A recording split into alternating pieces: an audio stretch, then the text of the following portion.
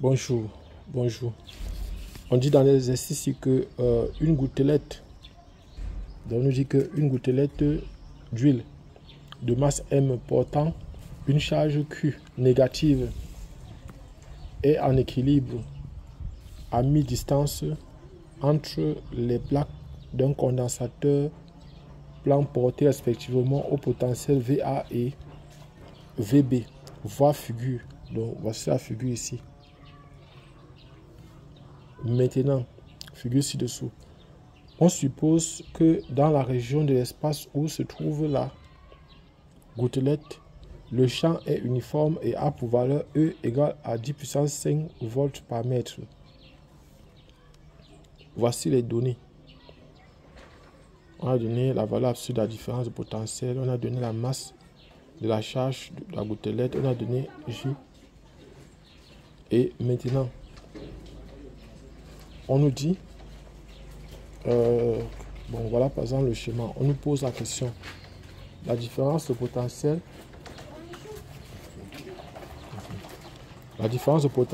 U, VAB, VA-VB est négative. Bon, nous allons voir, on fait le schéma et on voit ensemble. Donc voici le schéma ici. Ici, ça c'est la plaque A. Ici, c'est la plaque B. Et on nous a dit que la gouttelette porte une charge négative. C'est-à-dire c'est négatif. Moins grand Q qui est égal à Q, petit Q. Ils ont donné. Donc maintenant, c'est inférieur à 0. Ça veut dire que quoi? Que la charge ici, on a le poids de la gouttelette. Parce que la gouttelette a une masse. C'est égal à mg, bien sûr. Maintenant, si on reste là, on regarde seulement ce qui est sûr, c'est que ça devait descendre, la gouttelette devait descendre normalement. Mais il y a quelque chose qui l'empêche, étant donné que la gouttelette est chargée négativement. Donc, si on met les charges positives ici en bas, la gouttelette va descendre. Elle sera donc, si on met donc les charges négatives ici, la gouttelette sera chassée vers le haut. On va mettre les charges négatives ici pour dire que la gouttelette, il y a repulsion. Deux charges de même nature se repoussent. Et il y a attraction avec les charges qui sont placées ici. Donc voilà par exemple ce qui va se produire. On aura donc la force, une force électrostatique, une force électrique qui sera orientée vers le haut. Donc voilà par exemple ce qu'on aura. On a la force électrique qui est orientée vers le haut.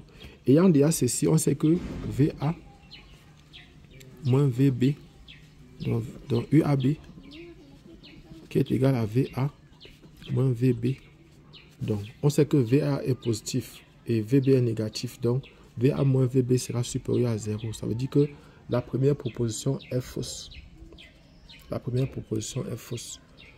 Donc, maintenant, on passe à la deuxième proposition.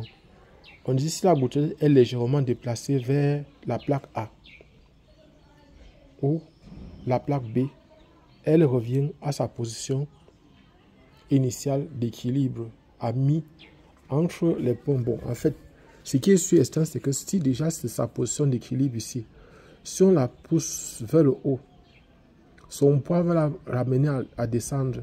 Et ce qui est sûr, elle est attirée par ici, mais il y a son poids qui aura tendance à l'attirer vers le bas, à la repousser. Et c'est vrai, ici, là, il y a les charges qui la maintiennent. Donc, il y a deux forces ici qui agissent.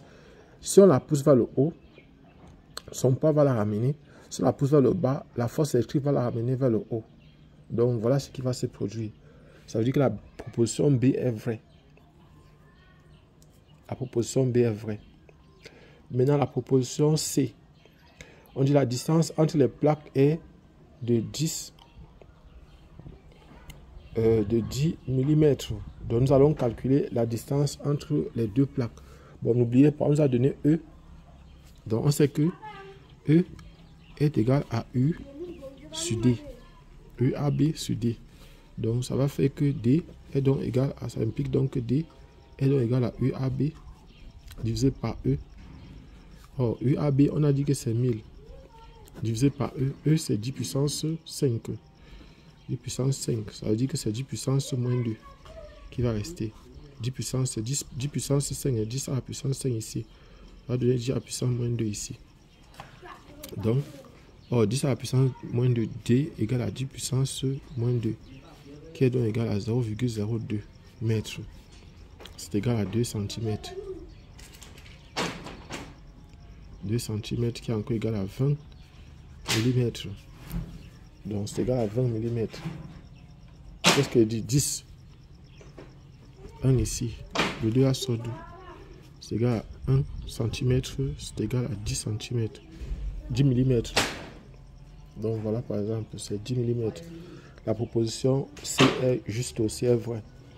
Maintenant, on dit la valeur absolue de la charge de la gouttelette est égale à 3E. Donc, qu'est-ce qu'on sait? Bon, déjà, on dit que la valeur absolue, donc